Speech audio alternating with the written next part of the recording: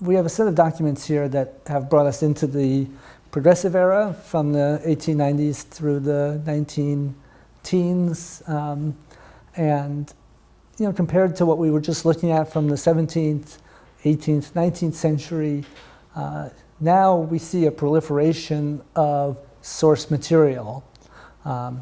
This is from a collection created by a woman named Clarissa Livingston, a wealthy New York club woman and society leader, and it's actually a collection of all of the appeals that were sent to her from various charities around the city. So it's an amazing window into the experience of a woman who is being sort of constantly addressed and requested for aid. And in fact, the appeal of the New York Association for Improving the Condition of the Poor even raises this question. It says, why this snowstorm of appeals every morning in the mail? So from this lone vision of one person who appears once, now we have a snowstorm of documentation.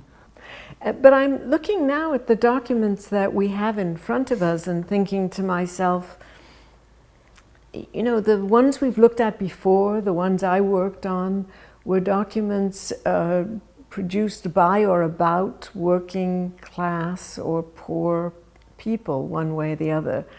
These documents are produced by organizations and intended for the eyes of a clearly well-off, upstanding citizen, because she's being asked again and again and again for money and support.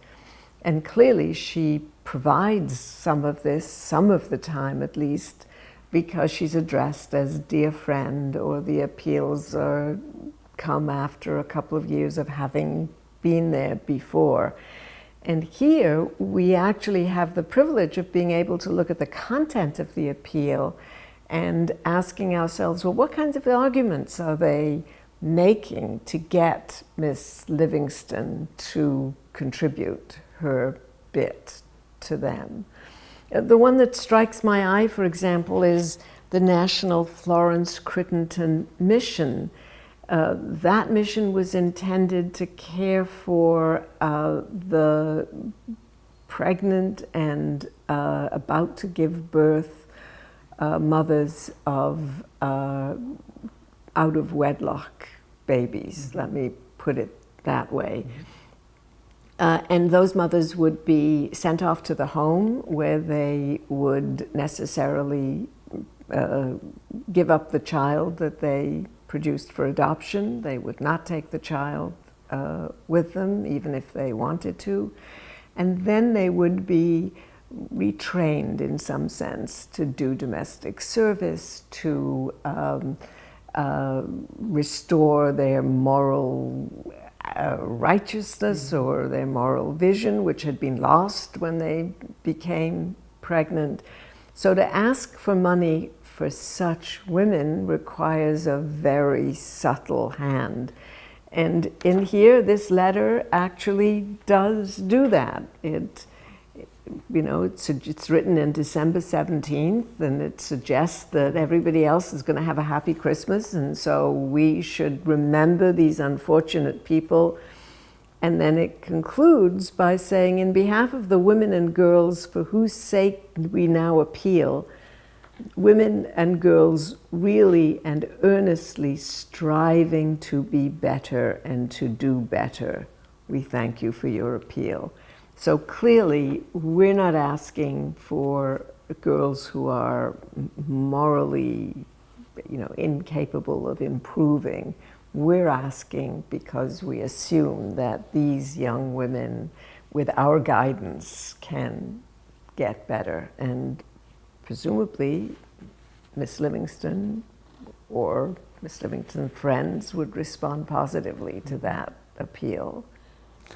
Right, and historians have offered their own explanations for the types of charitable reform outpourings of this time period, and it is actually quite interesting to see the firsthand appeal, because often the question historians ask is about the motivations behind these efforts, whether this was a case of historical altruism or if among the wealthy people of American cities. There was a sort of a fear of nascent working class uprising, or in the case of health reform, whether there was a fear that the ill health of the families of the tenements would spread to the families who lived, in this case, on the Upper West Side.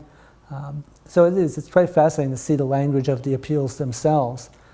Right. All of those things are probably in the backs of people's minds. But what strikes me is that in many of these appeals, at least, the appeal is to help women to live a regular, traditional, honest life.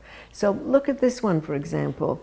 This is from the New York Exchange for Women's Work, which is an employment agency which basically deals with placing servants or poor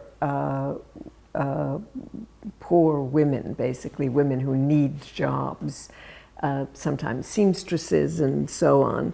And here the appeal goes as following. Have you ever thought of the many women who, through the loss of the man of the family, are themselves forced to go out into the world to seek a means of livelihood? Now here, clearly the assumption is, and this written in 1913, the assumption is a woman wouldn't go out into the world to seek a living if she hadn't lost a man in the family, a father or a husband.